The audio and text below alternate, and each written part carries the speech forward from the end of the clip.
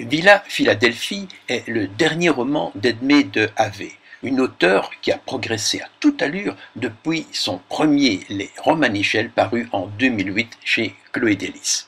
Alors c'est un style brillant, mais aussi une personnalité très originale qui a réussi à se faire une place dans le petit monde littéraire belge, tout particulièrement dans les régions de Liège et Verviers, où ces histoires se déroulent parfois. Alors, la Villa Philadelphie est une paire de maisons jumelles qu'un père achète dans les années 20 pour ses deux filles, avec l'espoir bien sûr qu'elles restent soudées et perpétuent le climat familial dans lequel elles ont vécu durant leur enfance. Et on verra que tout ne se passe pas toujours comme on le souhaitait. Une interview de l'auteur réalisée par Christine Brunet. Est-ce que ça veut dire que c'est un roman plus ou moins autobiographique? Pas celui-ci. Pas celui-là. Celui-ci ne l'est pas, non. Mais j'ai dû certainement, évidemment, me nourrir de personnages qui m'ont été proches pour créer les caractères. Donc, les deux personnages qu'on a sur la couverture sont les deux sœurs? Ce sont les deux sœurs. Alors, en quelques mots, l'histoire. Alors, l'histoire, on pourrait dire que c'est l'analyse de 3 mariages. Donc, il y a le mariage du père et de la mère, Oui. et puis les 2 mariages des filles. Enfin, le mariage de chacune des filles. Ce sont 3 mariages très différents entre eux. Alors il y a tout, mariage de raison, mariage d'amour, mais peut-être pas autant que ça, mariage de grand amour. Voilà, donc je me suis promenée là-dedans. Je lis à peu près tout ce que tu écris et je m'aperçois en fait qu'il y a toujours donc ces relations de famille qui sont extrêmement présentes dans tes bouquins, avec finalement beaucoup de personnages, des personnages principaux, des personnages qui sont là, on va dire, pour étayer les personnages. Mais est-ce que justement de mettre tous ces personnages, ça ne donne pas trop de confusion à ton histoire? Mais parce que je trouve qu'on est toujours influencé par...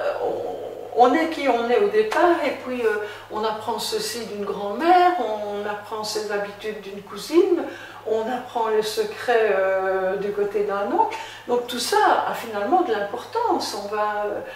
Je trouve difficile de décrire un personnage complètement sans quand même un peu présenter aussi ce qui a eu de l'importance pour le forger tel qu'il est. Bien sûr.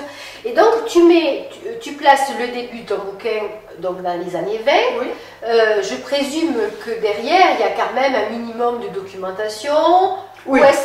Je pense. Mais alors là, j'ai été gâtée parce que ma grand-mère a tenu son journal de 1908 à 1943. Donc j'ai pas mal d'éléments quotidiens, de la vie quotidienne. Mon arrière-grand-mère avait aussi écrit des lettres à ses filles, dont certaines nous sont arrivées. Donc, par exemple, je décris une chasse à courre qui a réellement eu lieu, des sorties à des hôtels de la mer du Nord avec des personnages fameux, ça a réellement eu lieu. Donc tout ça, évidemment, j'ai pu me nourrir. Mais ce qui est comique, c'est que j'ai appris par la suite que dans ma ville, il y a une villa qui ne s'appelle pas Philadelphie, mais qui était aussi 2 maisons jumelles qu'un industriel avait achetées pour ses 2 filles. Ah bon? Je l'ignorais à l'époque, oui. Cette fois-ci, j'ai l'impression que ton livre est plus dialogué qu'en tout cas le précédent.